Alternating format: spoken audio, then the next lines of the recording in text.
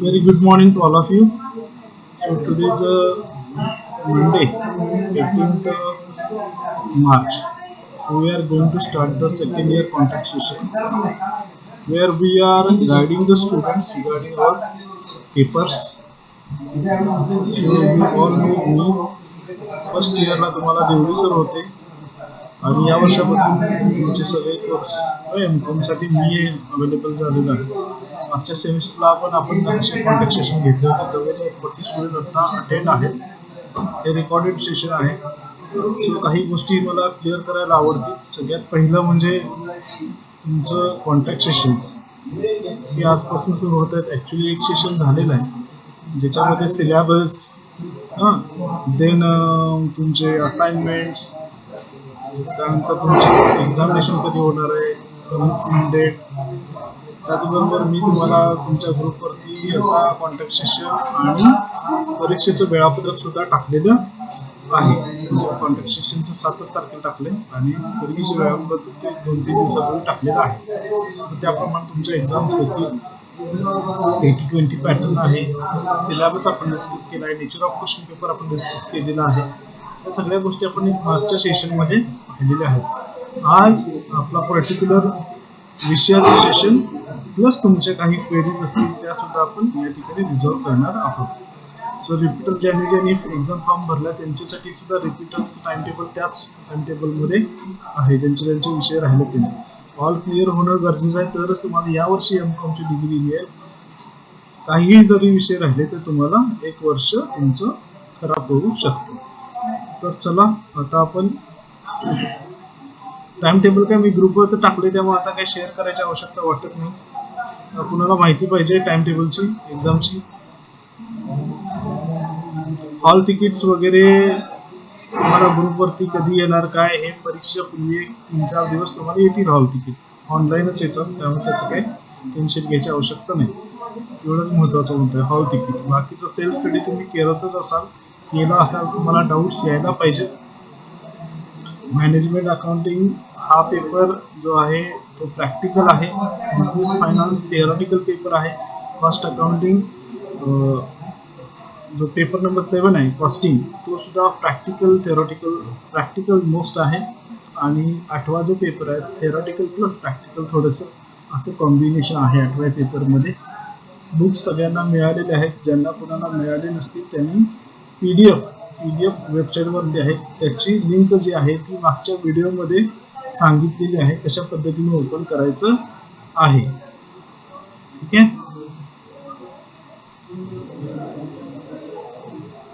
काही तुमचं बोला. देणार की देणार. गडबड आहे काय? झाल्या तयार चालू आहे काम त्याच्यावरती. 1-2 दिवसातच किंवा फायनल झाले की मी तुम्हाला ग्रुपवरती ते शेअर करतो. काय ती उत्तरं लिहायची आहेत, फक्त बघूनच लिहायचे आहेत. आणि तुम्ही कॉलेजच्या म्हणजे परीक्षा आहेत 15 तारखेच्या आधी तुम्ही फक्त जमा करायचे. आज 18 आहे म्हणजे इकडचे 12 दिवस आहेत. 12-13 आणि तिकडचे 10, 20-25 दिवस आहेत. 4 असाइनमेंट घेतला जास्तीत जास्त 4 दिवस. सबमिट करायला 1 दिवस. ठीक आहे. असाइनमेंट देणार आहे. डोंट वरी. गेले माझ्याकडून पुढे प्रोसेस असते त्या पद्धतीने होईल.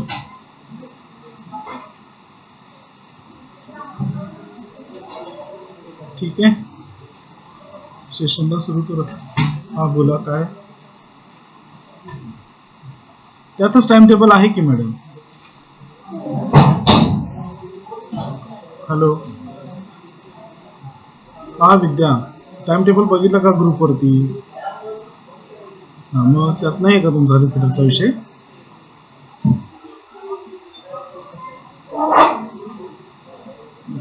ग्रुपवरती कशाला टाकलेलं असते माहिती? हेच मी तुम्हाला म्हणतोय. ग्रुपवरती सगळं तुम्ही बघायचं आहे. प्रत्येक गोष्ट बघायची. जे टाकले ते मी टाकले तर स्पेसिफिकली बघायचंच आहे. व्हिडिओ बघायचा आहे. सगळं बघायचं आहे. तुमच्यासाठी असते ते.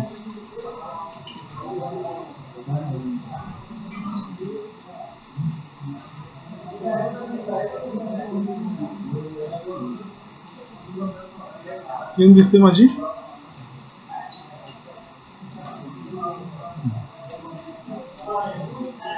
इथं हे डिस्टन्स एज्युकेशन टॅब आहे, परत रिपीट करतोय बघा. इथं याच्यामध्ये बाकीची सगळी गोष्टी येतात. इथं सिलेबस आहे, इथं तुम्हाला सीनचं एक लिंक आहे, हे सेल्फ लर्निंग मटेरियल सीन. इथं कॉन्टॅक्ट सेशनचं टाइम टेबल आहे, इथं असाइनमेंट्स आहेत, इथं एक्झामिनेशन आहे.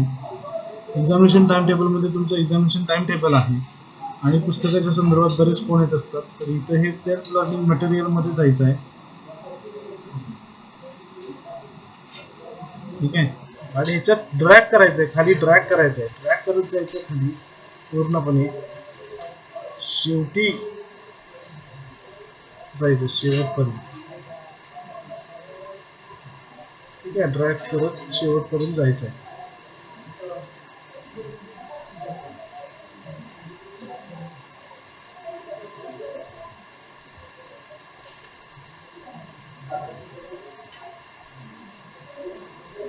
खालून जरा थोडंसं वर या आणि इथे दिसते बघा, self study material soft copy format. ह्याच्यामध्ये MSc MCOM ला क्लिक करायचं. MSc MCOM ला क्लिक केल्यानंतर तुम्हाला पहिला MSc चे दिसतील, इथे MSc चे बुक्स दिसतील आणि याच्या खाली MCOM. इथं फर्स्ट इयर तुम्ही बघायची गरज नाही, सेकंड इयर. इथे मॅनेजमेंट अकाउंटिंगचं बुक आहे, इथं हे पेपर 5 आणि 7चं बुक आहे, इथं हे बिझनेस फायनान्सचं बुक आहे, इथं पेपर 6चं बुक आहे, इथं 8चं बुक आहे, 6 आणि 8. ठीक आहे, त्याच्यामध्ये हे सगळं अवेलेबल आहे. तर हे तुम्ही बघणं प्राप्त आहे. ठीक आहे, कुणाला सिमच्या संदर्भात काय अजून शंका?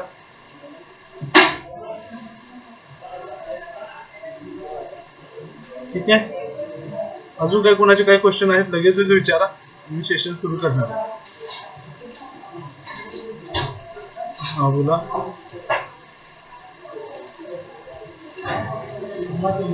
नाही, फर्स्ट इयरला पण मिळालं नव्हतं, सेकंड इयरला मिळायचा का प्रश्नच येत नाही. फर्स्ट इयरला दिलंच नव्हतं ना, फक्त अकाउंटन्सीच पुस्तकं मिळतं.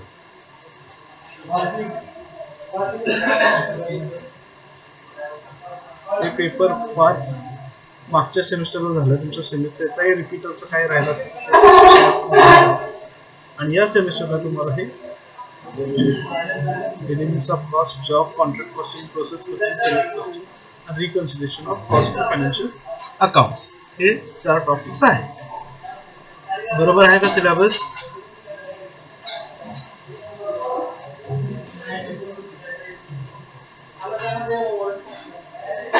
प्रश्न समजला नाही का?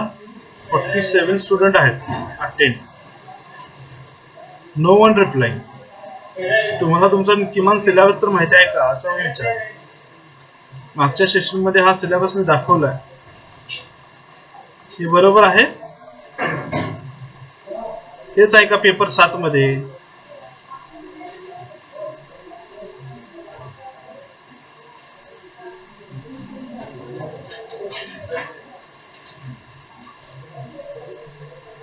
तुम्ही रिस्पॉन्स नाही दिला तर मी तशाच पद्धतीने सेशन घेणार, म्हणजे एकच एक्झाम्पल घेणार आणि संपवणार विषय. काय प्रॉब्लेम आहे? LKG ची पोरं UKG ची मुलं माईक ऑन करून सांगतात, रिस्पॉन्स देतात. तुम्ही MCOM लास्ट इयरला आहे, आवाज येत नाही.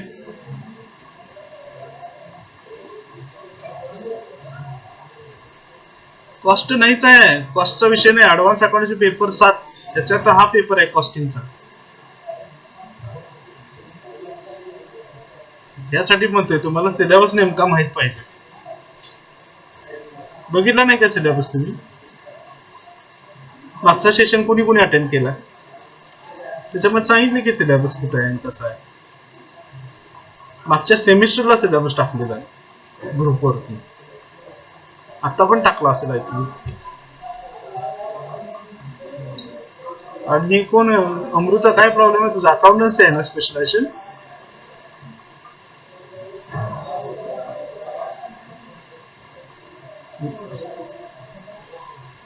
ठीक आहे, मग तुम्ही आजचा सेशन स्किप ऑन केला तरी चालेल. कारण तुम्हाला मॅनेजमेंट अकाउंटिंग आणि बिझनेस फायनान्स हे दोनच विषय अटेंड करायचे. हा तुमचा विषयच नाही आहे. अकाउंटन्सी नसेल तर तुम्ही स्किप ऑन केलं तर चालेल, म्हणजे बाहेर पडला तरी चालेल. ठीक आहे. फक्त ऍडव्हान्स अकाउंटन्सी पेपर 7 तुम्ही घेणार आहे आज, जो कॉस्टिंगचा आहे. आणि ज्यांचं कॉस्टिंग स्पेशलायझेशन आहे त्यांना पण कदाचित उपयोगी पडेल, कारण त्यांच्यामध्ये हे कुठेतरी टॉपिक्स असतील.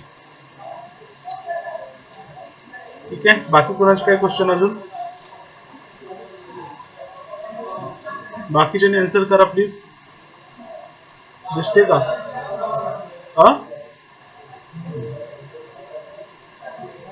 मानसी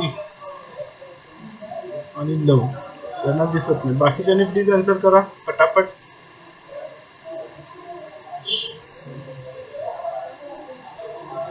मानसी समजलं? लव समजलं?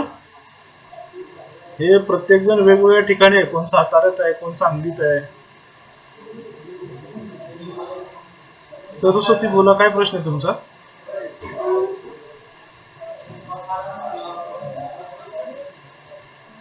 काय झालं? काय झालं?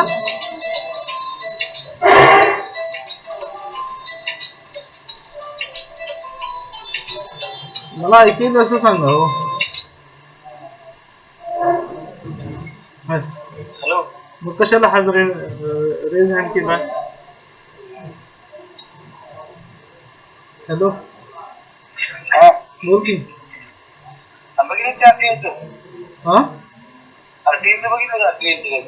आरटीच एक अर्धा तास कॉल करू, मी जरा लेक्चर मध्ये आहे. सकाळी कॉल केला तुला? तेव्हा पण लेक्चर मध्येच होतो, गाडीवर आता.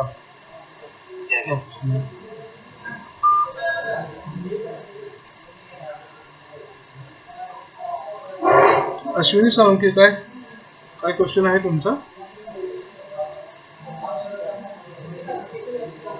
हँड का केला? ठीक आहे, आपण सुरू करतोय. पहिला चॅप्टर आहे एलिमेंट्स ऑफ कॉस्ट. माझ्या माहितीप्रमाणे TY BCom ला सेमिस्टर 6 मध्ये अकाउंटन्सी पेपर 3 मध्ये आय थिंक हा टॉपिक गेलेला आहे तुम्हाला. सृष्टी पोळ बोला.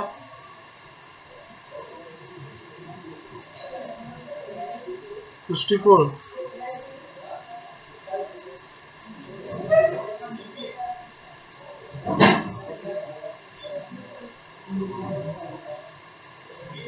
सृष्टी पोळ,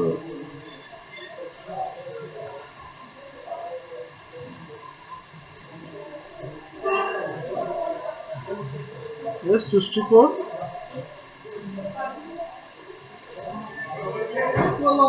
तुमच्यासाठी सेशन थांबला madam. Srishti Pol, remove you. Raise hand का केलंय तुम्ही?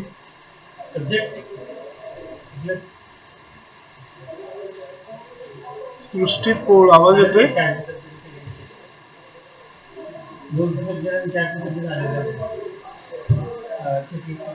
सो एलिमेंट्स ऑफ कॉस्ट हा चॅप्टर आता आपण घेणार आहोत. जे माझ्या मैत्रिणी TY BCom ला लास्ट सेमिस्टरला सेमिस्टर 6 मध्ये ऍडव्हान्स अकाउंटन्सी पेपर 3 मध्ये हा टॉपिक गेला असावा. येस प्लीज, कुणाला आठवते?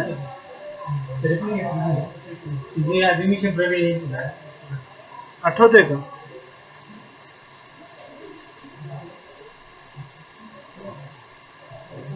प्रश्न समजत नाही का तुम्हाला?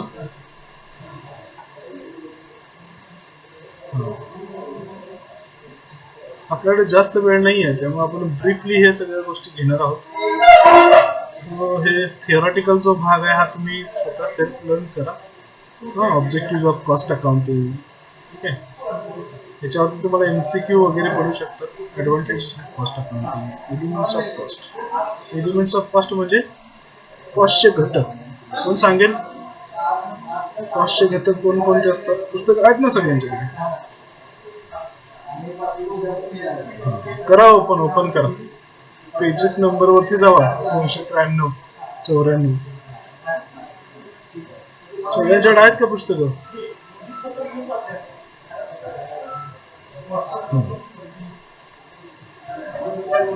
नाहीत का? बेस्ट. कोण म्हणलं नाही? का?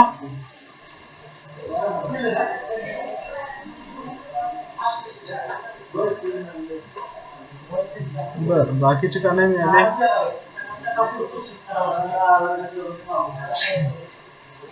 घ्या ना युनिव्हर्सिटीतून.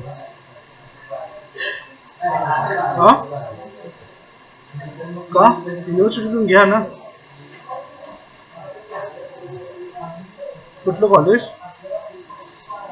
मग चंदगडच्या ते कोऑर्डिनेटरना सांगा तुम्ही पुस्तकं आणा म्हणून माझी. ते येतात ना इकडं, गोरल सर येतात.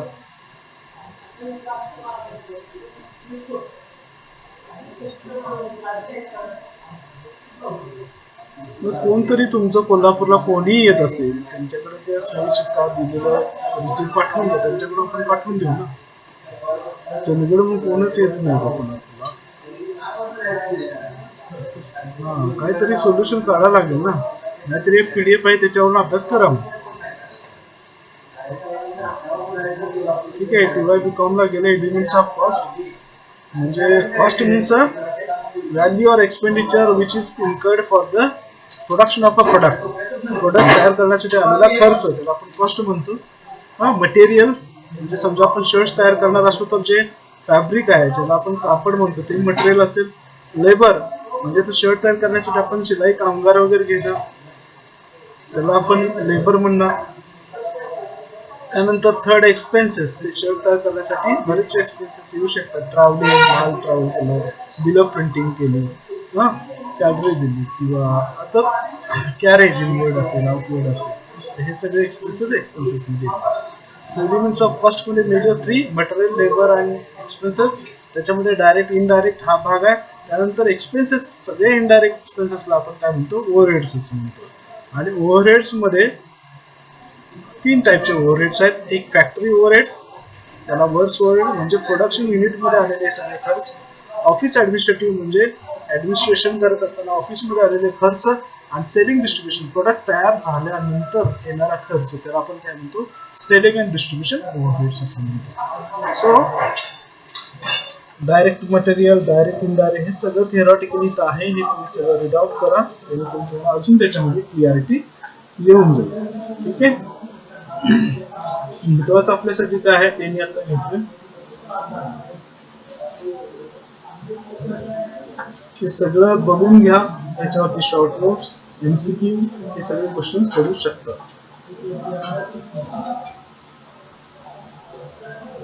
कॉस्ट युनिट म्हणजे काय बघा, ब्रिक्स आपण कशामध्ये काउंट करतो?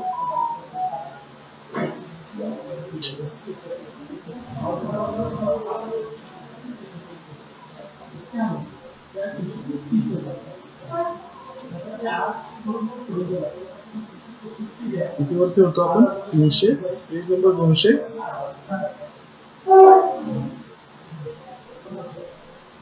हा, ठीक आहे.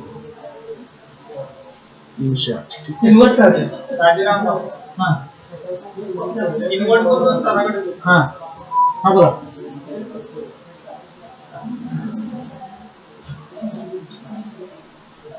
हो आणि काय 11:30 12 वाजले तरी तुम्ही जेवण करतायच. कॉस्ट युनिट हे सुद्धा तुम्हाला शॉर्ट नोट किंवा MCQच्या याच्यामध्ये महत्वाचं आहे. म्हणजे असे सोपचं काय आहे cost unit? Number of carton वायरचं मीटर, किलोमीटर कशामध्ये काउंट करतो आपण, त्याला आपण कॉस्ट युनिट म्हणतो. कॉस्ट सेंटर म्हणजे एखादं मेन हेड म्हणजे एखादं लोकेशन असेल. म्हणजे कोल्हापूरचा खर्च किती, कोल्हापूर ब्रँचचा. एखादा पर्स म्हणजे मॅनेजरचा खर्च किती, मॅनेजरच्या अंडर येणारा खर्च किती. अशा पद्धतीने सेंटर पण आपण डिफाईन करत असतो. त्याच्यावरती शॉर्ट नोट वगैरे करू शकतो. सो तुम्हाला मोस्ट इम्पॉर्टंट काय आहे याच्यामध्ये, तर प्रिपरेशन ऑफ अ कॉस्ट याच्यावरचा प्रॉब्लेम येतो. So this is the format. हा सगळ्यांना माहीत असणं गरजेचं आहे. Specific form of cost sheet हा TY BCom ला सुद्धा गेलेला आहे. सो सगळ्यात पहिला काढायला लागते डायरेक्ट मटेरियल, त्यालाच डायरेक्ट मटेरियल कन्झ्युम्ड किंवा रॉ मटेरियल कन्झ्युम्ड. तर रॉ मटेरियल कन्झ्युम काढत असताना तुम्हाला याच्यामध्ये सगळ्यात शेवटी एक नोट दिलेली आहे, ती इथे फॉलो करायची आहे. काय घ्यायचं आहे? Opening stock of raw material पहिला घ्यायचा आहे, त्याच्यामध्ये add purchase of raw material, आणि हे परचेस ऑफ रॉ मटेरियल करत असताना कॅरेज इनवर्ड, परचेस एक्सपेन्सेस किंवा ऑक्ट्राय हे दिलं असेल तर ते परचेस मध्येच ऍड करायचं आहे. आणि less closing stock of material किंवा material lost, we got the किंवा material transfer to job or department, we got the raw material consumed. The main raw material consumed. समजलं? पहिला रॉ मटेरियल कन्झ्युम्ड तुम्हाला काढावं लागते. समजलं तर येस म्हणा, नाही तर नाही म्हणा.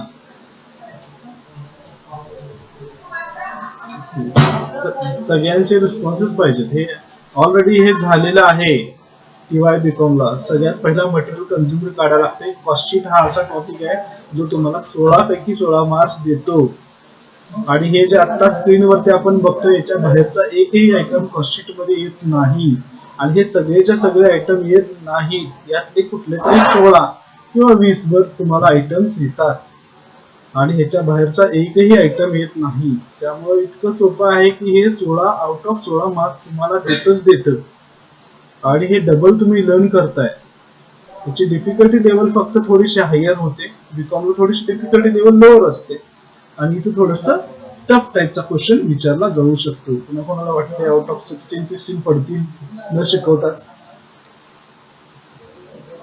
गेलाय का अभ्यास केलाय का या गोष्टीचा?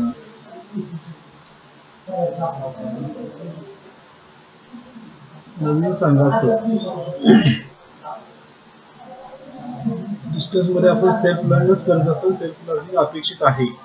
सगळ्यात पहिला काढायचा आहे मटेरियल कन्झ्युम्ड. मटेरियल कन्झ्युम्ड काढण्यासाठी तुम्हाला इथं हा फॉर्मॅट दिलेला आहे. Opening stock of raw material he figure तुम्हाला प्रॉब्लेम मध्ये दिलेली असते. परचेस ऑफ रॉ मटेरियल हे सुद्धा दिलेलं असतं, त्याच्यावरचं एक्सपेन्सेस हे सुद्धा दिलेलं असतं. सो हे गोष्टी ऍड होतील. Less closing stock of raw material पहिला, तर मटेरियल लॉस्ट, एखादं मटेरियल हरवलं असेल तर ते सुद्धा वजा होईल. Material transfer to job or department ते सुद्धा वजा होईल. आणि आपल्याला मिळेल मटेरियल रॉ मटेरियल कन्झ्युम्ड, म्हणजे प्रोडक्शन करण्यासाठी किती रॉ मटेरियल लागलं हे या ठिकाणी पहिल्याच त्याच्यामध्ये काढायचं आहे. ओके, समजलं सगळ्यांना? हे रॉ मटेरियल कन्झ्युम्ड झालं. ते महत्वाचं आहे. यातले एकही आयटम जर चुकला तुमचा तर संपूर्ण कॉस्ट शीट चुकते आणि 16चे 16 मार्क तुमचे जाऊ शकतो. त्यामुळे इथं जे व्हॅल्यू महत्वाची जी गोष्ट आहे की म्हणजे प्रत्येक आयटम प्रत्येक प्लेसला परफेक्ट प्लेसला जाणं गरजेचं आहे.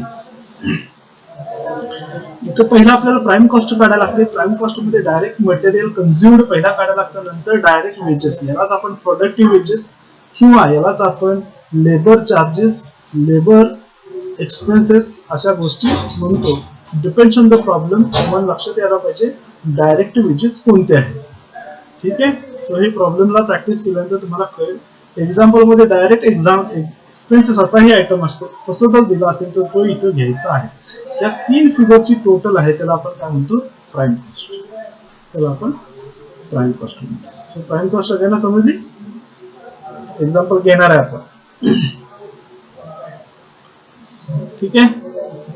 प्राइम कॉस्ट कशी येते? Direct material plus direct wages plus direct expenses is equal to your prime cost. इथं फॉर्म्युला दिला असेल बरोबर. Direct material plus direct labour plus direct expenses is equal to your prime cost. त्याला direct cost किंवा first cost असं सुद्धा म्हणतात. Which is the another name of prime cost. MCQ येऊ शकतो. सो त्याच्या पद्धतीने तुम्हाला डायरेक्ट कॉस्ट किंवा फर्स्ट कॉस्ट हे त्याच्यामध्ये ऑप्शन करेक्ट असेल सो ते तुम्हाला सिलेक्ट करावं लागेल. समजतंय? येस. यानंतर प्राइम कॉस्ट नंतर तुम्हाला ऍड करायचं आहे फॅक्टरी ओव्हरहेड्स किंवा त्यालाच आपण वर्क्स ऑन कॉस्ट असं म्हणतो. फॅक्टरी ओव्हरहेड्स म्हणजे काय? तर ज्या ज्या एक्सपेन्सेस फॅक्टरी मध्ये होतात, म्हणजे प्रोडक्शन युनिट मध्ये होतात, त्या सगळ्याला आपण काय म्हणतो? फॅक्टरी ओव्हरहेड्स असं म्हणतो. असे कोणकोणते एक्सपेन्सेस आहेत? तर एक इनडायरेक्ट मटेरियल. डायरेक्ट मटेरियल कुठे घेतलं आपण? इथं. इनडायरेक्ट मटेरियल असा काही एक्सपेन्स असेल तर कुठं काही फॅक्टरीमध्ये. इनडायरेक्ट वेजेस इन्स्पेक्शनचे, इन्स्ट्रक्टरचे, गेटमनचे, म्हणजे डायरेक्ट वेजेस असतात ते काय असतं, तो डायरेक्ट प्रोडक्शन मध्ये काम करणारा माणूस असतो. इनडायरेक्ट वेजेस असतात ते प्रोडक्शन युनिटच्या बाहेर फक्त ऑर्डर देणे किंवा गेट वरती किंवा फक्त इन्स्पेक्शन करणे यासाठी असतात, त्यांना दिलेली सॅलरी म्हणजे इनडायरेक्ट वेजेस. इन डिटेल एवढं घेता येणार नाही, त्यामुळे थोडंसं स्पष्ट बघा. ड्रॉइंग ऑफिस सॅलरी तुम्हाला घ्यायचं आहे फॅक्टरीमध्ये. फॅक्टरीचा शब्द जर पुढे असेल रेंट, रेट्स, टॅक्सेस, इन्शुरन्स आणि त्याच्या पुढे फॅक्टरी असेल ते फॅक्टरीमध्ये घ्यायचं. लाइटिंग हिटिंग फॅक्टरीमध्ये घ्यायचं, पॉवर फ्यूल फॅक्टरीमध्ये घ्यायचं, repairs maintenance, cleaning expenses, cost of research and experiment. कदाचित तुम्ही प्रोडक्शनला घ्याल, सॉरी ऑफिस ऍडमिनिस्ट्रेशनला घ्याल, पण तुम्हाला घ्यायचं आहे कुठं, फॅक्टरीमध्ये. Cost of research and experiment आपण नवीन नवीन शोध हे फॅक्टरीमध्ये लावत असतो. Works manager salary, कन्झ्युमेबल stores, depreciation of plant and machine. Plant and machinery कुठं असते तर फॅक्टरीमध्ये, त्याच्यावरचं डेप्रिशिएशन सुद्धा इथंच येईल. Water supply, use tool return out. Use tool म्हणजे छोटे छोटे पानं वगैरे जे असतात त्याला आपण यूज टूल म्हणतो. हाऊलेज किंवा क्रेन एक्सपेन्सेस हे सुद्धा फॅक्टरीमध्ये. कॉस्ट ऑफ डिफेक्टिव्ह वर्क्स हे सुद्धा फॅक्टरीमध्ये येईल. सो हे ऑल आहेत फॅक्टरीचे एक्सपेन्सेस, हे इथं ऍड करायचे आहेत. आणि फॅक्टरीमध्ये काही जे स्क्रॅप होते ते जसं सेल केलं तर ते हे फॅक्टरी एक्सपेन्सेस मधून ते वजा करायचे. फॅक्टरी एक्सपेन्सेस मधून वजा करायचे, तर त्यानंतर तुम्हाला मिळणार आहे फॅक्टरी ओव्हरहेड्स ही फिगर. आणि प्राइम कॉस्ट मध्ये जर फॅक्टरी ओव्हरहेड्स ही फिगर ऍड केला तर तुम्हाला मिळेल वर्क्स कॉस्ट. मला समजलं त्यानंतर फॅक्टरी कॉस्ट समजलं. फॅक्टरी ओव्हरहेड समजलं सगळ्यांना.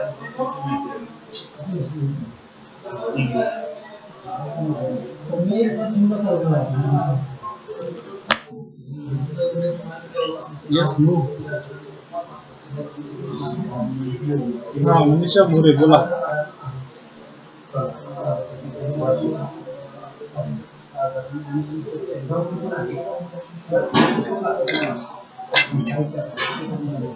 होईल होईल.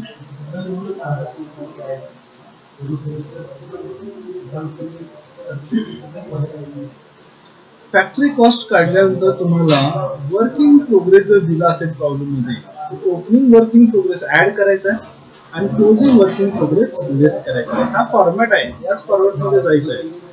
Okay, opening working progress add करा, क्लोजिंग वर्किंग प्रोग्रेस लेस करा. Okay, closing less add. त्यानंतर वर्स्ट कॉस्ट फॉर फिनिश गुड्स, हा शब्द जरी नाही लिहिला तरी सुद्धा चालेल. त्याच्यामध्ये परत ऍड ऍडमिनिस्ट्रेटिव्ह ओव्हरहेड्स किंवा ऑफिस अँड ऍडमिनिस्ट्रेटिव्ह ओव्हरहेड्स असं आपण त्याला म्हणतो. सो ऑफिस एक्सपेन्सेस म्हणा किंवा ऍडमिनिस्ट्रेटिव्ह ओव्हरहेड्स म्हणा किंवा एक्सपेन्सेस म्हणा. ठीक आहे, काय काय येते, काउंटिंग हाऊस सॅलरी ऑफिसमध्ये येते, rent, rates, insurance, telephone, printing stationery, legal expenses, audit fee, depreciation of office furniture, equipment and building, repairs of office building, equipment and building. Fast घेतले, तुमचं जर पुस्तक आहे वाचू शकता तुम्ही. हे सगळे एक्सपेन्सेस कुठे येते, ऑफिस ऍडमिनिस्ट्रेटिव्ह ओव्हरहेड्स मध्ये. ऑफिस ऍडमिनिस्ट्रेटिव्ह ओव्हरहेड्स ऍड केल्यानंतर जी फिगर येते त्याला आपण cost of production. Cost of production. ठीक आहे, याच्यामध्ये opening stock of finish goods add करा, closing stock of finish goods less करा. म्हणजे तुम्हाला कॉस्ट ऑफ गुड्स किंवा याला फक्त काय म्हणायची आवश्यकता नाही, ओपनिंग आणि क्लोजिंग मॅनेज करा. ओपनिंग फिनिश गुड्स ऍड करा, क्लोजिंग मॅनेज करा. त्यानंतर ऍड होतील सेलिंग अँड डिस्ट्रीब्युशन.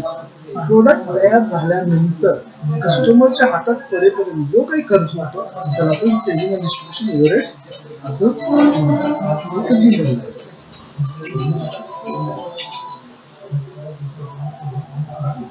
हॅलो, हा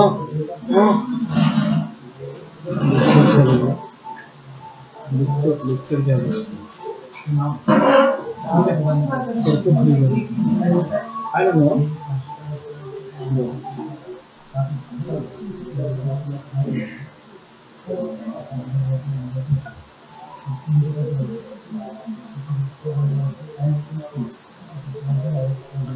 येस.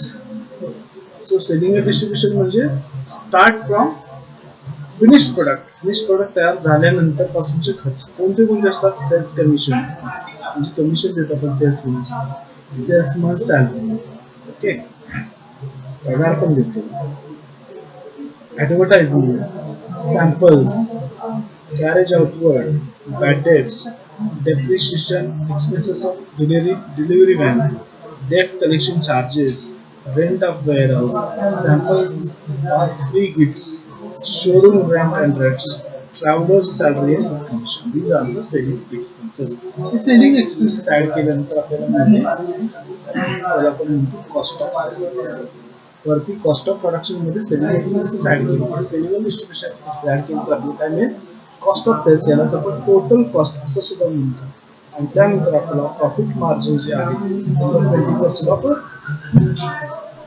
कॉस्ट असेल तर कॉस्ट 100 आली तर त्याच्यावरती रिस्ट्रिक्टेड प्रॉफिट म्हणजे सेल्स किती असणार आहे तुमचा 100.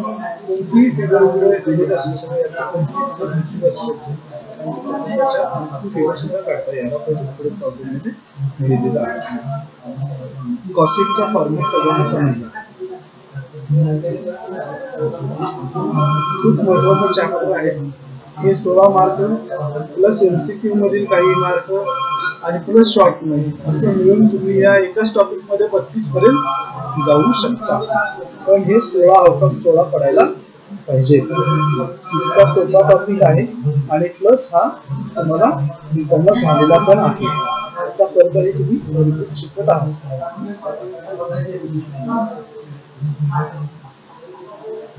फॉर्मॅट मध्ये काही शंका असेल तर विचारा. समजलं सगळ्यांना?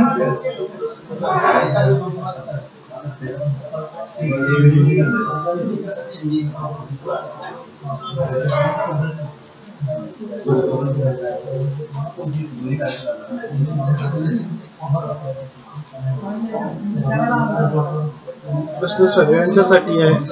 नुसतंच ऑनलाईन राहून तुम्ही ऐकत नाही असं जर दिसत असेल तर ते चुकीचं आहे. Yes please. हे समजलं तर पुढचं समजणार आहे. काय प्रॉब्लेम काय, माईक चालू आणि बंद करायला कोण समजलं नाही ना. म्हणजे याच्यामुळे काय होतं माहितीये का, तुम्ही यात इन्व्हॉल्ड आहे एवढंच लक्षात येते. तुम्ही शिकायला लागलाय असं पण दिसतंय. तर माईक चालू, कॅमेरा चालू, म्हणजे नुसतंच जॉईन झालंय कुठं काय कोणा असं नको आहे. त्यासाठी विचारलं बस, बाकी काय नाही. म्हणजे यातला लाईव्हलीनेस, सगळ्यात जिवंतपणा जो आहे तो आपल्याला अनुभवासाठी हे तुम्हाला विचारत असतो आधी मध्ये काहीतरी. ठीक आहे, कोण सांगू शकेल का मला कॉस्टिंगचा फॉर्मॅट?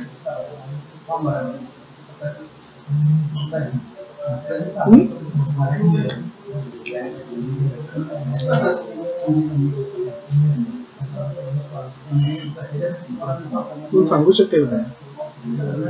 नुसतं काय तुमच्या डोळ्यासमोर तर सुद्धा सांगता येणार नाही.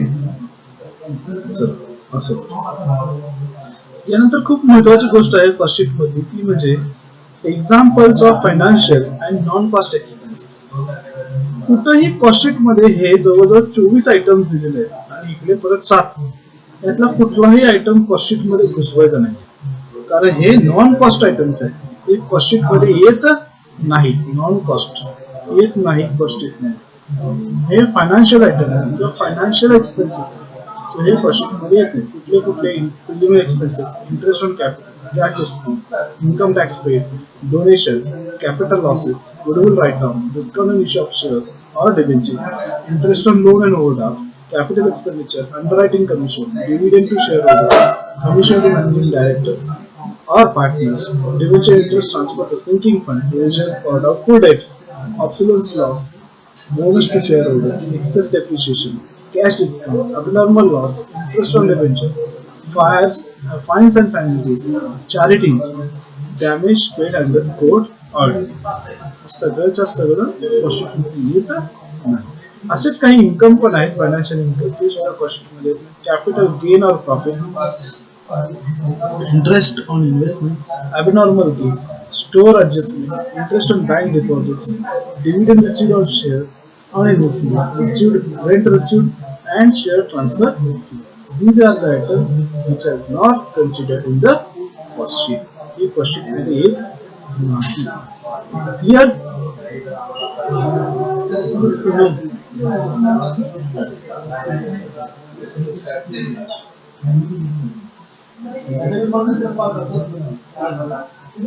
समजलं नाही तर नाही समजलं, मोस्ट प्रोबेबली नाही समजलं, नो अंडरस्टँड. ठीक आहे, हे नाही समजलं तर मग ते 16 आउट ऑफ 16 पडण्याची शक्यता खूप कमी आहे, कारण असे non financial non cost item हे असतातच असतात एक दोन प्रॉब्लेम मध्ये. सो ते तुम्ही जर कुठेतरी घुसवला, म्हणजे ऑफिसमध्ये घुसवला, फॅक्टरीमध्ये घुसवला, कुठल्या लेवलला ऍड करताय तिथून पुढचं सगळं चुकत जात. आवाज येतोय ना? मग काय कोण रिस्पॉन्स देत नाही म्हणून म्हणतो काय नेमकं माझं नेटवर्क गेलं काय. म्हणजे नॉन कॉस्ट आयटम घ्यायचे नाहीत हे समजलं, लक्षात राहतील. आता कोटेशन, कोटेशन म्हणजे एक प्रकारचं टेंडरिंग असतं. जेव्हा एखादा आपण वर्क कम्प्लीट करत असतो, estimated work, for example dam बांधायचा आहे किंवा रस्ते बांधणे किंवा हे सगळं, सो त्यासाठी काय केलं जातं कोटेशन. एखादं वर्क असेल, गल्लीत गटार वगैरे असेल तर त्याच्यासाठी काय केलं जातं कोटेशन सिस्टम असतं. आणि कोटेशन मध्ये कसं असतं, जो पण कोटेशन भरणार असतो त्याचा एक एस्टिमेट करतो, म्हणजे कॉस्ट एस्टिमेशन करतो आणि त्याच्यामध्ये त्याचं प्रॉफिट मार्जिन ऍड करतो आणि ते ऍज अ कोटेशन सबमिट करतो. त्यालाच आपण टेंडरिंग असंही म्हणतो. ठीक आहे, सो याचे एमसीक्यूज बघा, समोर डोळ्यासमोर आहे तुमच्या, याची उत्तर शोधण्याचा प्रयत्न करा. असे एमसीक्यूज तुम्हाला पडू शकतात आणि प्लस याची आन्सर जे आहे ते सुद्धा खाली तुमच्याकडे आहे. तिसऱ्याचा आन्सर सांगा बरं मला. Hello, first year second session चालू आहे.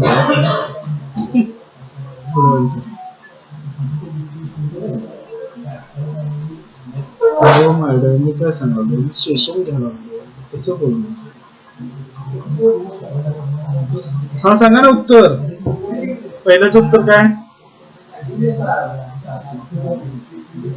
तुमच्या तिथे आन्सर्स पण आहेत. हा सांगा पहिल्याचा आन्सर. हा, मेन ऑब्जेक्टिव्ह कॉस्ट अकाउंटिंग आहे बाबा, ऑल ऑफ द तिन्ही पण आहे बरोबर. नंतर dotted cost are vary in direct proportion to volume of output. Output म्हणजे सेल्स. सेल्स जसं वाढेल तस तसं खाली कोणती कॉस्ट वाढते.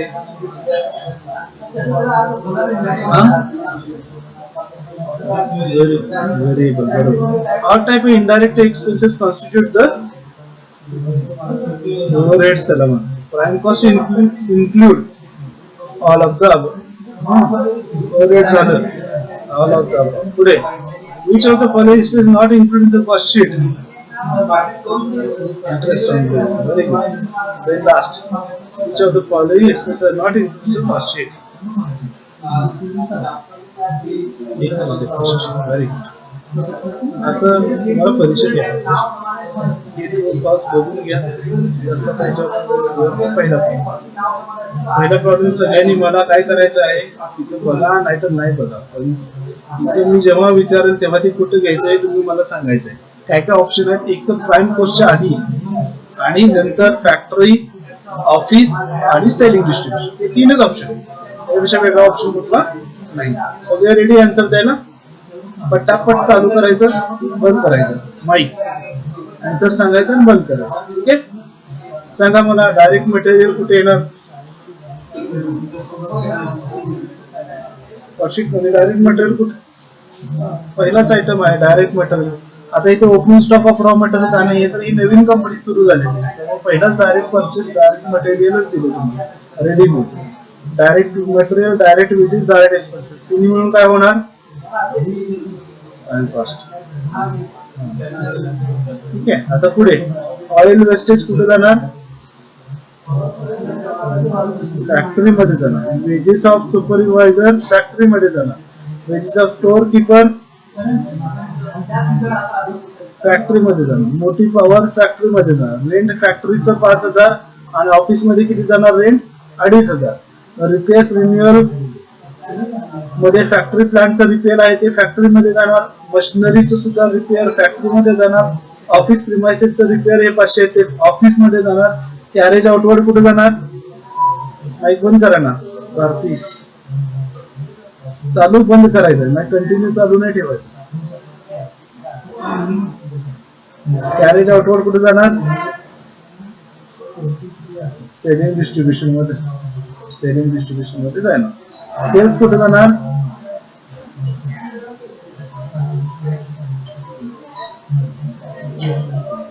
सेल्स ऍडमिनिस्ट्रेटिव्ह ओव्हरहेड मध्ये जाणार.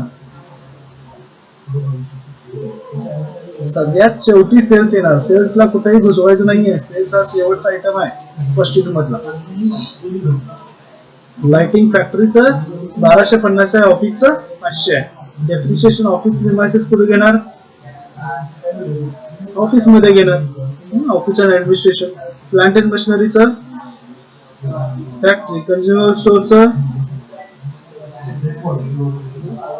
कन्झ्युमेबल स्टोअरचं फॅक्टरी मध्ये घेणार. मॅनेजर सॅलरी 3/4 फॅक्टरीचे आहे, 1/4 ऑफिसचे आहे. मग किती घेणार फॅक्टरी मध्ये आणि अमाऊंट सांगा.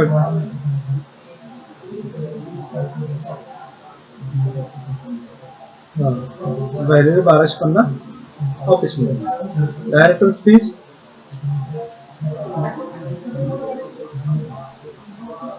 ऑफिस मध्ये, office printing and stationery office मध्ये, टेलिफोन चार्जेस ऑफिस मध्ये, पोस्टल टेलिग्राम ऑफिस मध्ये, सॅलरी ऑफिस मध्ये.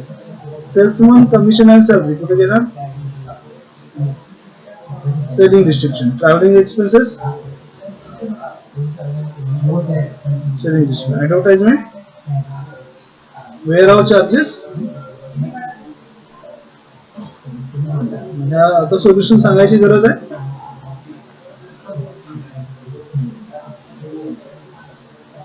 एकच उत्तर आलं नको, बाकी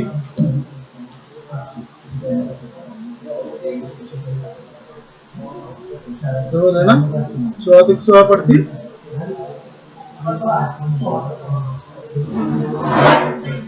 पडायला पाहिजेत ना, असंच आहे. फक्त पुढे जरा आणि जरा डिफिकल्टी लेवल इन्क्रीज होते. हा सेकंड प्रॉब्लेम आहे. याच्यामध्ये कोणाला काय शंका आहे, कुठला आयटम समजत नाही, कुठे घ्यायचंय काय. अनप्रोडक्टिव्ह वेजेस कुठे घेणार,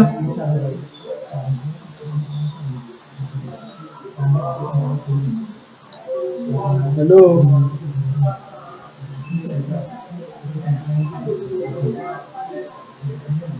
अनप्रोडक्टिव्ह वेजेस कुठे घेणार, फॅक्टरी मध्ये घेणार. प्रोडक्टिव्ह वेजेस कुठे घेणार,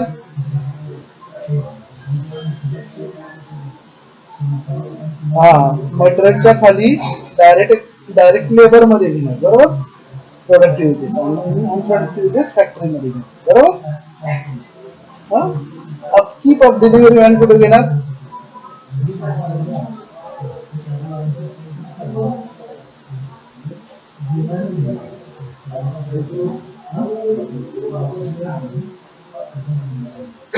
डिस्ट्रीब्युशन मध्ये घेणार.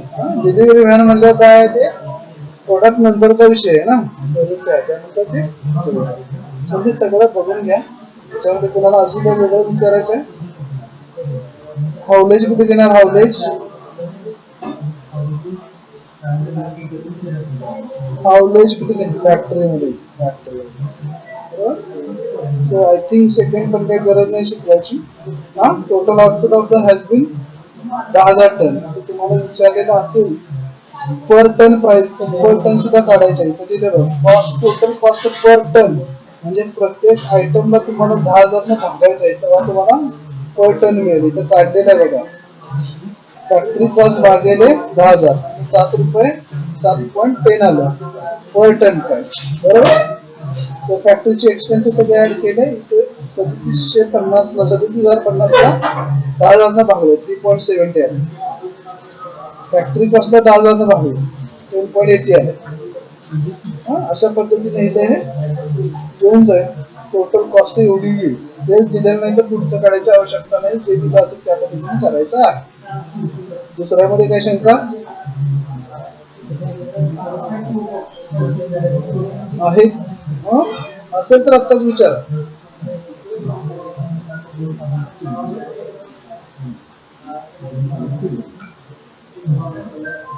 शंका आहे काय? जाऊया तिसऱ्याला.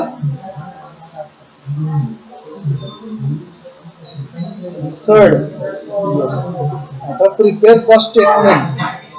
बरोबर आहे. कंपोनंट्स ऑफ टोटल कॉस्ट आणि प्रॉफिट. त्याच्यामध्ये टोटल कॉस्ट पण आली पाहिजे आणि प्रॉफिट पण आला पाहिजे. ठीक आहे ना. सो इथं फक्त आता काय झालं, ओपनिंग आणि क्लोजिंग आलेलं आहे. सो मला कोण सांगणार ओपनिंग वर्क इन प्रोग्रेसचं काय करणार, ओपनिंग रॉ मटेरियलचं काय करणार आणि ओपनिंग फिनिश गुड्सचं काय करणार, कोण सांगेल पटापट.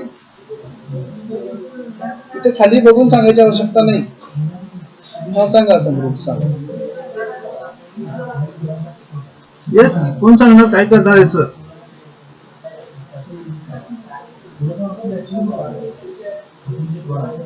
बर, कुठं कुठं ऍड प्लेस करणार.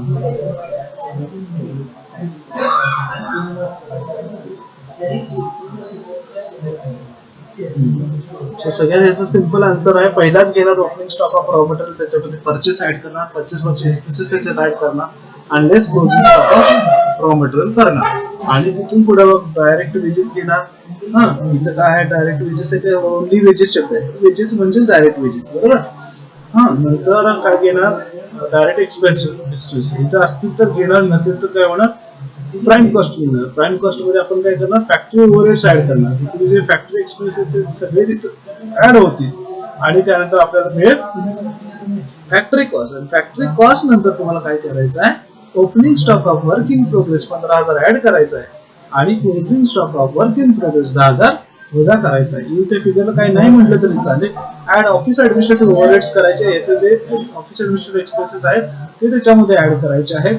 आणि त्यानंतर तुम्हाला मिळेल cost of production. Cost of प्रोडक्शनच्या खाली तुम्हाला काय करायचं, opening stock of finish goods add करायचं आहे आणि less closing stock of finish goods वजा करायचा आहे.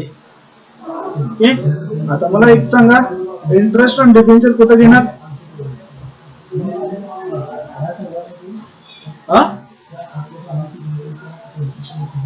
सगळ्यांनी उत्तर देणं अपेक्षित आहे. 35 कोण आलाय, सगळ्यांचा आन्सर रेडी ठेवा. हॅलो. हा हा हा, काय काय द्यायचं बघा. ऑर्डर किती आहे, सगळ्या ऑर्डरचा ऑर्डर आहे. नेमकं काय काय द्यायचं ते मला सांगा.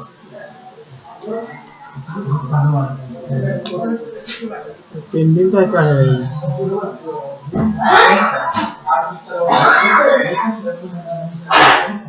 सर कुठे, सर मला सांगतो म्हणजे नेमकं काय काय द्यायचंय. तुम्ही काय करता माहितीये का, त्याची अलॉटमेंट करत असते. हे देतो, ते देतो, हे देतो म्हणजे, आणि जे कोण देत नाही म्हणतात ना ते सगळे पेपर मला देतात. राजू सरांना विचार, नाही तसं काय नाही, तसंच आहे. आणि तुझ्या हे सरांना पण विचार. मला कुठली काढायचे तेवढे मला फोन करून सांगा उद्या सर आल्यानंतर, मग तेवढं काढून देतो.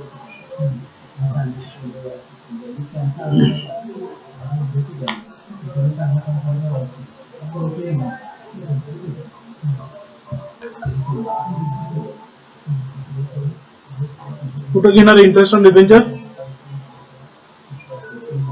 नाही घ्यायचं. इन्कम टॅक्स कुठे घेणार, नाही घ्यायचं. Sales for commission, sales for the year कुठे घेणार, लास्टला घेणार. Very good. Transport sinking fund कुठे घेणार, नाही घ्यायचं. डिव्हिडंड रिसिव्ड कुठे घेणार, गुड राईट ऑफ कुठे घेणार,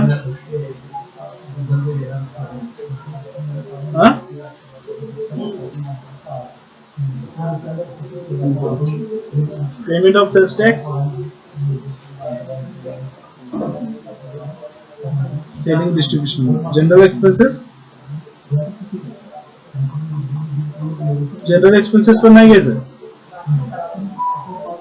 हा, आणि ऑफिस रेंट ऑफिस मध्ये घेणार. ठीक आहे, इथं हे सोल्युशन तुम्हाला रेडीमेड दिलेलं आहे. सो तुमचं काय चुकतंय बघा आणि त्या पद्धतीने सेलिंग हे करून घ्या. ही फिगर येते आणि ही मिसिंग फिगर येते, तिला आपण प्रॉफिट म्हणतो. नंबर 4 मध्ये काय शंका?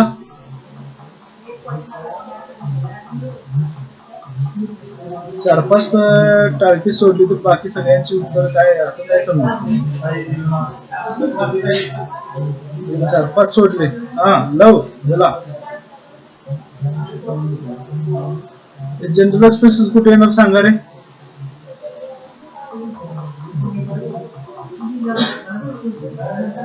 लव यांना काही वेगळं शिकवलं नाही मी. सगळ्यांना समान शिकवलं, त्यामुळे लक्ष असणं गरजेचं आहे. त्यासाठी मी तुम्हाला असं विचारत असतो आधीमध्ये, तुमचं लक्ष आहे का नाही हे बघण्यासाठी विचारत असतो. त्यातले 10-15 सोडले ना, राहिलेले 20 आहेत ना, ते डॉमिनंट आहे. त्यांना काय कळतंय नाही कळतंय काहीच कळत नाही मला. त्यांना काय कळतंय की नाही त्यांनाच माहिती. म्हणून मी म्हणतो की 35 जणांनी व्हिडिओ एक वेळ सुरू करा आणि प्लस तुमची इन्व्हॉल्वमेंट दाखवा. माझ्यासाठी नाही चाललेलं हे सगळं. एवढा एक जरी प्रॉब्लेम तुम्हाला टॅली झाला ना, इथून पुढे सेशन नाही अटेंड केला तरी सुद्धा तुम्हाला 16 म्हणजे तुम्ही पास होऊ शकता. पण हे सगळं करत असताना एक गोष्ट लक्षात घ्या, एक जरी आयटम यातला चुकला, एक जरी मी म्हणतो एक, तरी तुम्ही खूप मोठा लॉस करणार आहे. तेव्हा एकही गोष्ट यातली चुकून चालेल. प्रत्येक आयटम हा प्रत्येक प्लेसला जाणं गरजेचं आहे. कळतंय? चलो पुढे. From the following figures, prepare cost sheet showing cost of production of each unit of goods manufactured. Also prepare statement to the show the profit earned. Also statement profit किती earn झालं ते पण दाखवायचं आहे. आता इथं मात्र काय झालेलं आहे, इथं आलेलं आहे क्वांटिटी आलेलं आहे. तर त्यासाठी तुम्हाला काय करावं लागणार आहे, फक्त कॉलम एक ऍड करायला लागणार. सो याचं सोल्युशन बघा. रॉ मटेरियल आहे 500 युनिट, 300 रुपये व्हॅल्यू आहे. फिनिश गुड्स आहे 500 युनिट, 1610 व्हॅल्यू आहे. रॉ मटेरियल परचेस केले 10,000 युनिट, 9,635 व्हॅल्यू आहे. क्लोजिंग स्टॉक 300, 700 व्हॅल्यू दिलेली आहे समोर, आणि बाकी बघा एक्सपेन्सेस. त्याच्यावरून तुम्हाला कॉस्ट शीट सांगितली. इथं बघा सोल्युशन मध्ये कॉस्ट पर युनिट पण विचारलेली. सेलिंग प्राइस वॉज 3 आणि इथं विचारलं असेल मला which cost manufactured. So that means cost per unit तुम्हाला काढायचं. सो हे सगळं इथं तसंच घेतलं, काही वेगळं नाही आहे. फक्त इथं काय झालंय, मटेरियल कंझ्युम 10,200 युनिट आहे, म्हणजे 500 ओपनिंग होते, 10,000 परचेस केलं, 10,500 झाला, आणि क्लोजिंग रॉ मटेरियल 300 म्हणजे 10,200 प्रोडक्शन झालं. आणि बाकी सगळीकडे मग तुम्हाला काय करायचं आहे, 10,200 न भागायचं आहे, तेव्हा तुम्हाला कॉस्ट पर युनिट मिळणार आहे. मॅन्युफॅक्चरिंग वेजेस, डायरेक्ट एक्सपेन्सेस हे सगळं इथं मॅन्युफॅक्चरिंग म्हणजेच डायरेक्ट लेबर किंवा त्यालाच पण डायरेक्ट एक्सपेन्स, डायरेक्ट वेजेस असं सुद्धा म्हणतो. प्राइम कॉस्ट मिळाली त्याच्यामध्ये, फॅक्टरी ओव्हरहेड्स ऍड केले, फॅक्टरी कॉस्ट मिळाली त्याच्यामध्ये, कॉस्ट ऑफ प्रोडक्शन मिळालं, त्यानंतर वर्किंग प्रोग्रेस नाही आहे.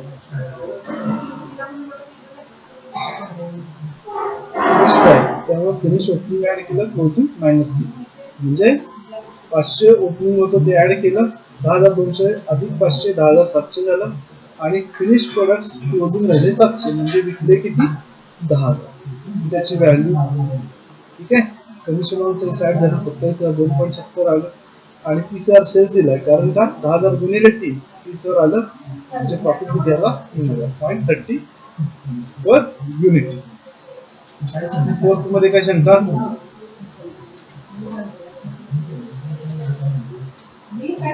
चार मध्ये काय शंका?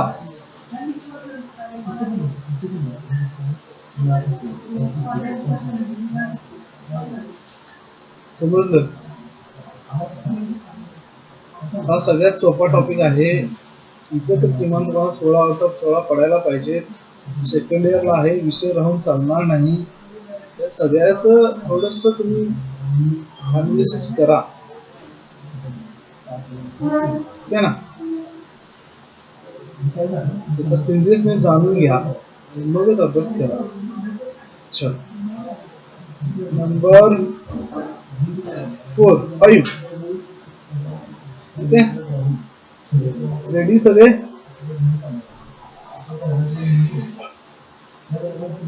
Yes no. इथे तुम्हाला काय दिलंय? Following analysis of office expenses given to you. जे एक्सपेन्सेस आहे त्याचं प्रपोर्शनेट दिलेलं आहे, पर्सेंटेज दिलेलं आहे.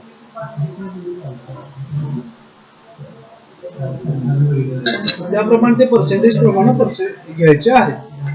फॉर एक्झाम्पल ऑफिस रेंट दिलंय किती, त्याच्या 40%, 10,000 दिलं असेल तर 4,000 कुठे येणार ऍडमिनिस्ट्रेशन, ऑफिस ऍडमिनिस्ट्रेशन मध्ये येणार, आणि 6,000 कुठे येणार सेलिंग डिस्ट्रीब्युशन मध्ये. इलेक्ट्रिसिटी चार्जेस समजा तुम्हाला 900 दिले असतील तर 200 रुपये कुठे येणार ऑफिस ऍडमिनिस्ट्रेशन, आणि 700 कुठे येणार सेलिंग डिस्ट्रीब्युशन होते ना. यूज ऑफ ऑफिस म्हणजे डेप्रिशिएशन असताना किती होणार, 60% डेप्रिशिएशन कुठे येणार ऑफिस मध्ये, आणि 30% कुठे येणार सेलिंग मध्ये. ऑफिस एस्टॅब्लिशमेंट जी काही फिगर आहे ती काय होणार आहे 50, 40 आणि 10. 10,000 असेल तर इथं 5,000, इथं 4,000 तर 1,000. जमेल नाही करायला?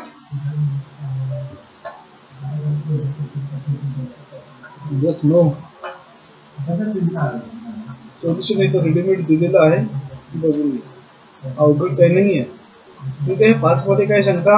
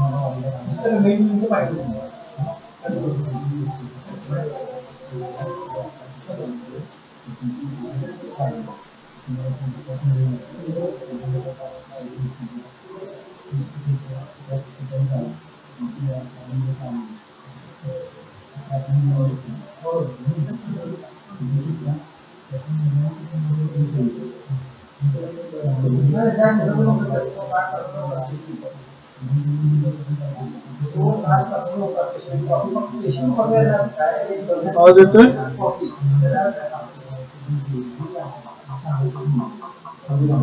नेटवर्क गेलं होतं थोडं, आता परत आले नेटवर्क.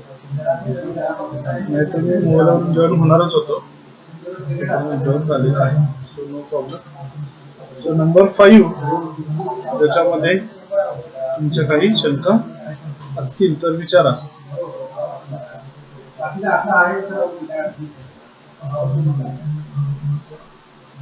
फक्त हे पर्सेंटेज मध्ये तुम्हाला डिस्ट्रीब्युशन करायचं आहे, टेन्शन घ्यायची आवश्यकता नाही. ठीक आहे, नंबर 6 जाऊया पुढं.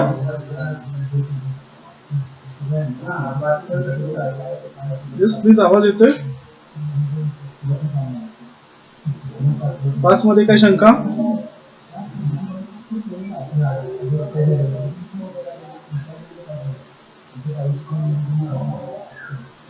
Yes, please.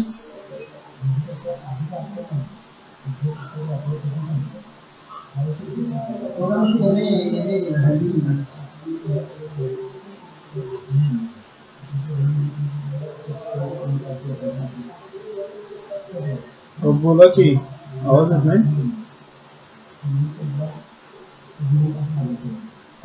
पाच मध्ये काय प्रॉब्लेम आहे?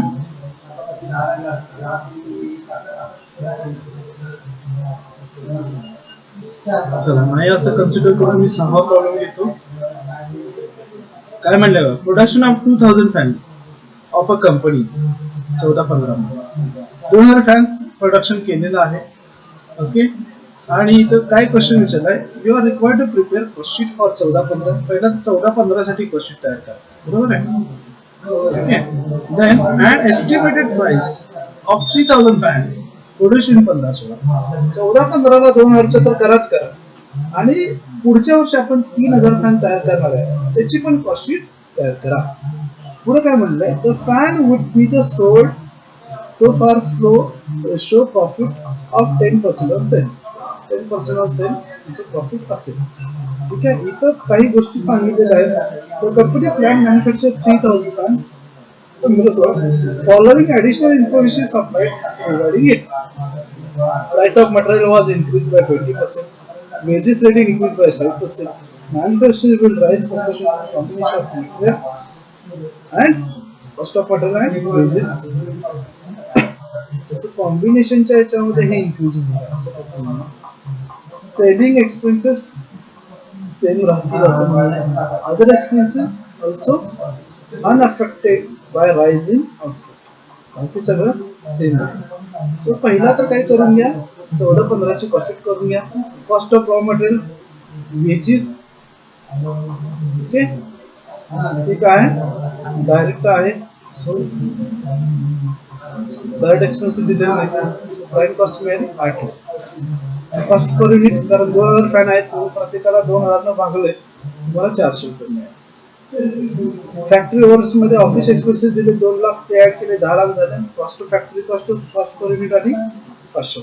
Office administration, selling, distribution, rent, general expenses add केले 3,60,000. कॉस्ट ऑफ प्रोडक्शन आली 13,60,000. कॉस्ट ऑफ पर युनिट आली 680. सेलिंग एक्सपेन्सेस 1,20,000 ऍड केले. व्हॅल्युएशन मध्ये total cost 1480. Total cost per unit 740 आणि सेल्स तुम्हाला दिलेला आहे 16 लाख. ठीक आहे. राहिलेली जी फिगर आहे त्याला आपण काय म्हणू? प्रॉफिट. पहिलं इथपर्यंत कोणाला काही शंका आहे? 14-15 ची कॉस्ट शीट काढलेली आहे, त्याच्यामध्ये काही शंका आहे का? सिंपल आहे.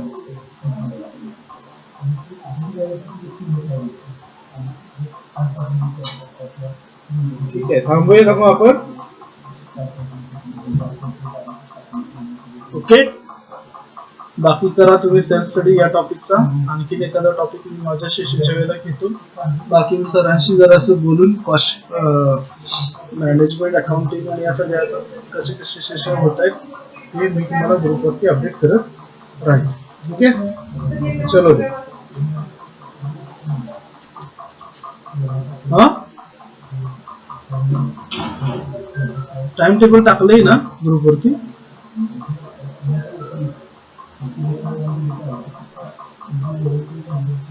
त्याच्यामध्ये काही बदल होत असतील तर ग्रुपवरती टाकलं जाईल. आलं नाही लिंक तर समजायचं आजचं सेशन होणार नाही, किंवा जसं टीचर्स अवेलेबल असतील त्या वेळेला ते सेशन्स होतील. सो डोंट वरी. जे आता आहे त्याच्यामध्ये पहिला हे कर. सो हे सिंपल कॉस्ट शीट होतं. यानंतर तुम्हाला ही पुढची एस्टिमेटेड कॉस्ट शीट पुन्हा कोणाला समजलं 15-16 ची?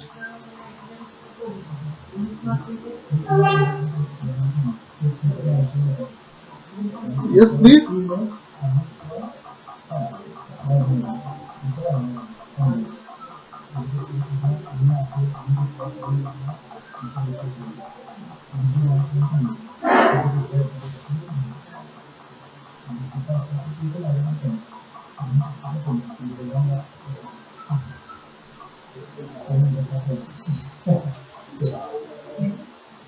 मी काहीतरी विचारलं.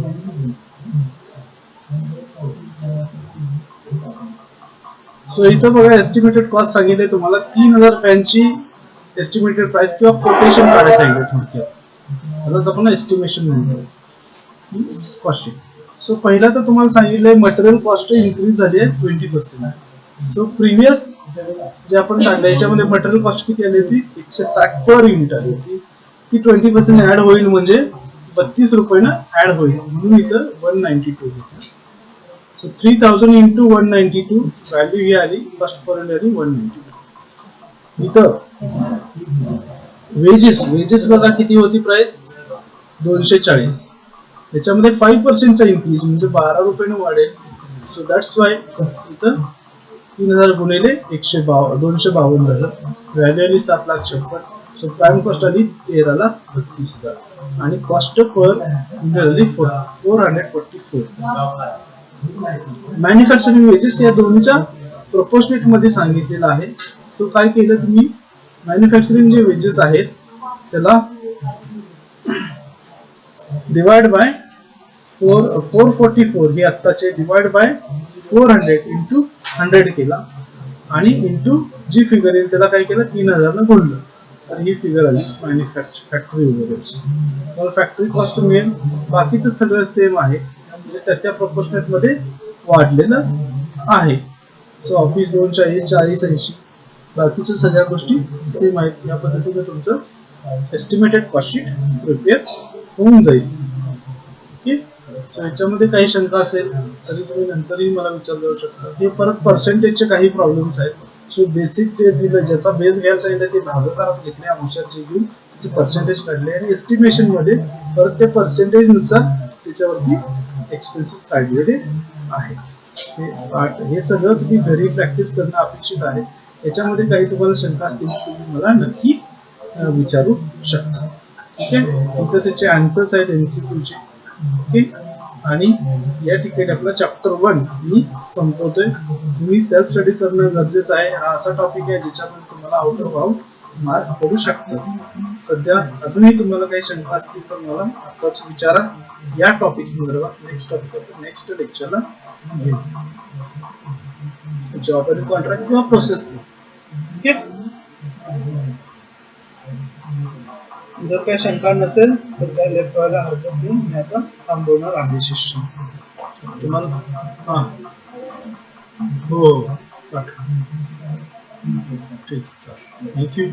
ठेवू? काही शंका आहे का कुणाला अजूनही? याशिवाय वेगळे काही क्वेश्चन्स आहेत का? चालेल, शंका नसतील तर लेफ्ट व्हायला काही हरकत नाही. तर सेशन या ठिकाणी संपवतो. Thank you so much for attending, patience listening. Thank you. See you on the next lecture. दुपारी होईल का नाही ग्रुपवरती मी टाकतो. ठीक आहे.